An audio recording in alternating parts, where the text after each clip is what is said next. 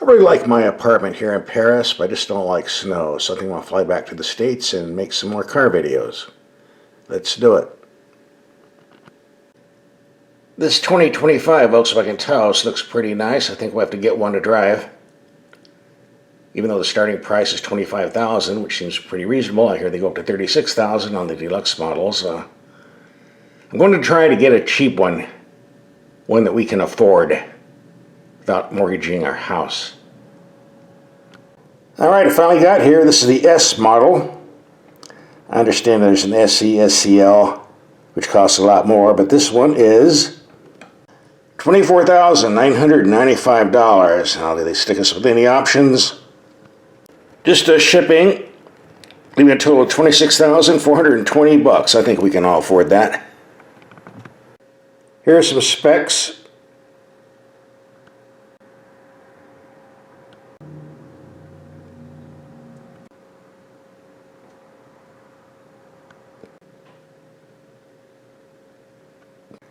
Where is it made? Is it in Germany, like it used to be? No, it's made in Mexico. Gilamba. This does come in all-wheel drive. Nice if you live where there's a lot of snow, but this one's front-wheel drive, which should give a better fuel economy number. And here's what they're claiming. We'll find out soon enough. Here it is, a nice, clean-looking design. Now, I'm told it's been redesigned for 2025, nothing major. Just a little tweak here and there. I'm told the headlights are all new, so we did a video on the headlights and the night drive on a separate YouTube video. We'll have a link for that at the end of this video. You're getting 2 videos for the price of 1. The night drive is a separate video. To keep everything short to the point. Another thing we do is check and see what brand of tires we're getting, because a lot of car makers are putting cheap garbage on to save money, but these are Bridgestones. Can't complain about that. These are 17 inches, but the more deluxe models come with 18 or 19 inches. 17 is just fine for everyday driving. And since this is the base model, we wanted to see if there's a spare tire. Yes, for your 25 grand, you actually do get one. You can see the rear seats fold down, second row, give you lots of storage space.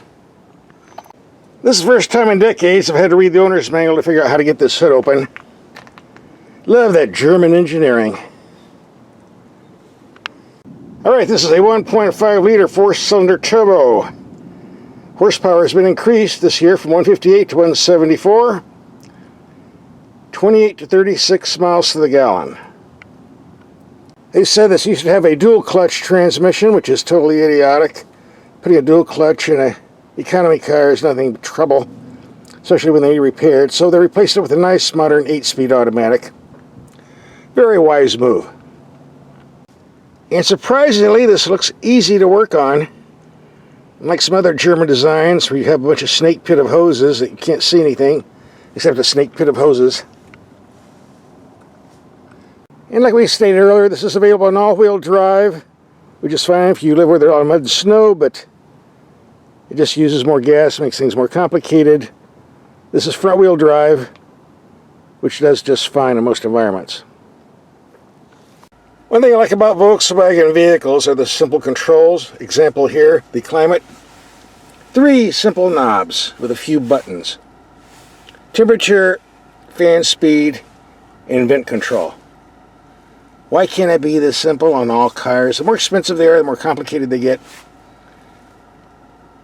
This is the way it should be done.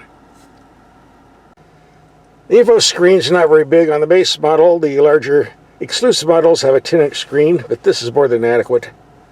Very simple to use. Instead of those horrible auto-dimming mirrors, we get a manual mirror. Thank you very much. A very large glove box with lots of room in there. More room than I've seen on even full-size vehicles, actually. A button to turn off the start-stop system that shuts off the engine at stoplights to save fuel, supposedly. We don't need that, and this turns it off. And yes, you can shift manually, just knock it over to the right and go for it. A nice simple gauge cluster.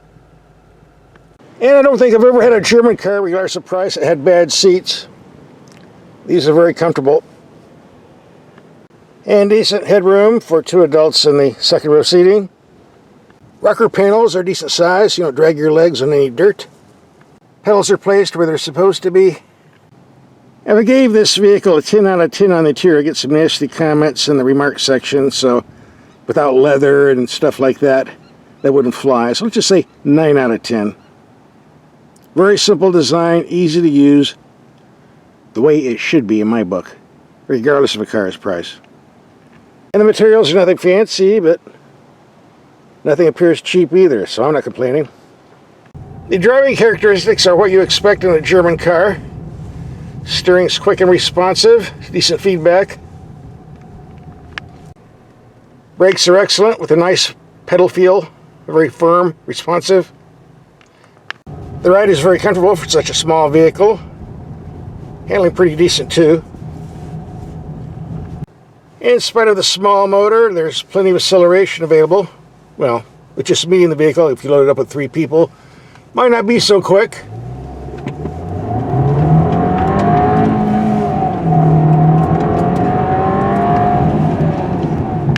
I mentioned nice brakes. I mentioned the excellent handling.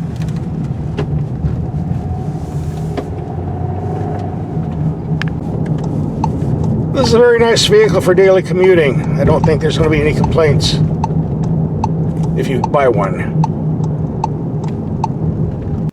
I'm trying to get short-term fuel economy on this, but it always comes up blank. Maybe I'm doing something wrong. Well, let's do this a different way. Let's look at the long-term mileage from the time this has been in the fleet. How about that? I think this is impressive enough. Certainly enough for me. We're going to take this on a highway trip, approximately 120 miles. And this is a great freeway vehicle. It's quiet, smooth, low wind noise, plenty of power, amazingly. Excellent seats, good driving position. I have no complaints at all. Of course, I'll wait to see what the real fuel economy number is going to be in about an hour or 2. There you go, 119 miles, 36.4 mpg. So what's my take on this little Volkswagen after a week of driving? You know, I suggest the base vehicle at 26 grand is very good value. Makes more sense. If you got the money for the deluxe model, loaded up with all this stuff for 36 grand, yeah, go ahead, but I think this one is a lot more practical and affordable. That'd be my choice. Now, if you come this far, you might as well watch our headlight test and night drive video.